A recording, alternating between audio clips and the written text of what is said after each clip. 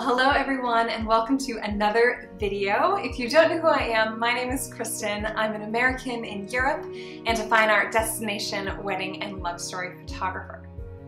Now in today's video, I wanted to share some of my secrets of how to get better wedding photos. Now these tips will apply regardless of who your wedding photographer is. They're just a couple of things I've picked up throughout my time photographing couples that I hope will help elevate your photos on your wedding day. So let's get started.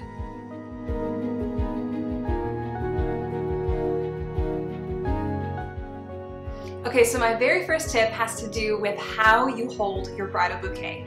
Now your bouquet is arguably the most photographed and visible piece of floral design at your wedding because it'll be in your hands for a large portion of the day. So how you hold your bouquet really will have a big influence on the photos, but also how the flowers are perceived and how you are perceived. So first thing is ask your florist what the intended front of the bouquet is. Most florists will immediately be able to tell you which side of the bouquet is intended to be the front. And then make sure you hold it at your belly button, especially when you're walking down the aisle. I think there's a tendency to hold it up here near our chest because we're nervous and there are so many people looking at us and it's something we can kind of hide behind. But just relax your shoulders, relax your arms, and hold it right at your belly button. And then also if you have a lot of beautiful ribbons cascading down, make sure those aren't knotted up and tangled in your hand. Make sure they're flowing down nicely.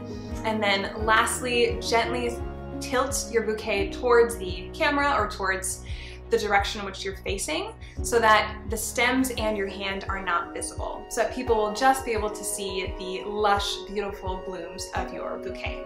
Okay, my next tip is for the men, for the groom, and it has to do with your boutonniere. So when you pin your boutonniere on, make sure you pin it on the opposite side of your writing hand. So I'm right-handed, so the boutonniere would go here. And the reason being is because when you're going to hug people, all the people that will be celebrating you that day, it'll just get squashed and it'll get flattened and it just won't look very good. So as soon as you put it on before the ceremony, try to be mindful about who you hug so that it still looks great for ceremony pictures. And then if you can, still get your portraits in before the receiving line, before you just go crazy and it just looks a mess. So just keep that in mind. It's hard to keep track of that when you're just caught up in the day, but it's just a little tip that'll make sure that beautiful boutonniere is looking great the whole day. Number 3, this one has to do with the getting ready room. So oftentimes the photographer is going to arrive at the getting ready location, whether that's where the groom is or the bride is, and that's usually the start of the wedding day for as far as the photography coverage goes. And when the photographer arrives, oftentimes I will arrive to chaotic mess. There's clothes everywhere and makeup and hair tools, and it's just chaotic.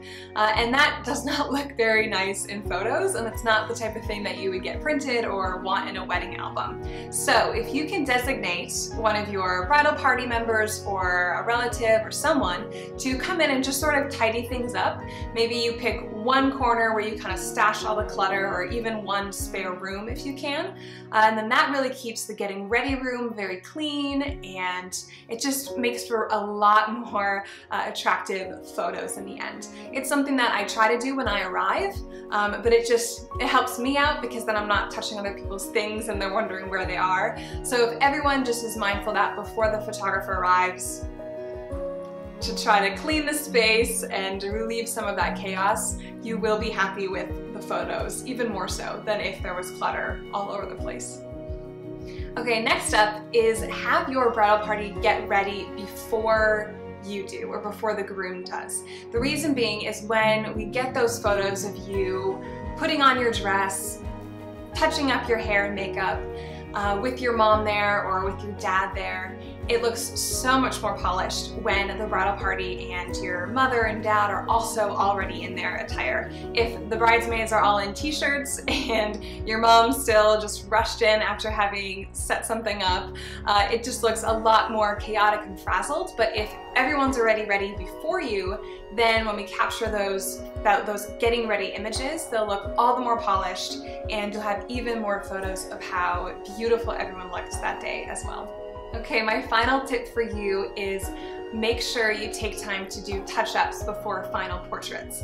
So I try to take all my couples out for golden hour portraits, and this always takes place during the reception, and the lighting is so beautiful and golden, and my couples typically just love those photos more than any others because they're more relaxed and the lighting is so beautiful. And so it's really worth it to just take 5 minutes to sneak away, touch up your makeup, touch up your hair, and you'll be all the more happy with those golden hour portraits.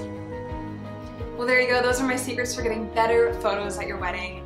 I hope you found this video really helpful and that these tips will help you have even better photos at your wedding. So thank you so much for watching, and I wish you a wonderful day, and I'll talk to you soon.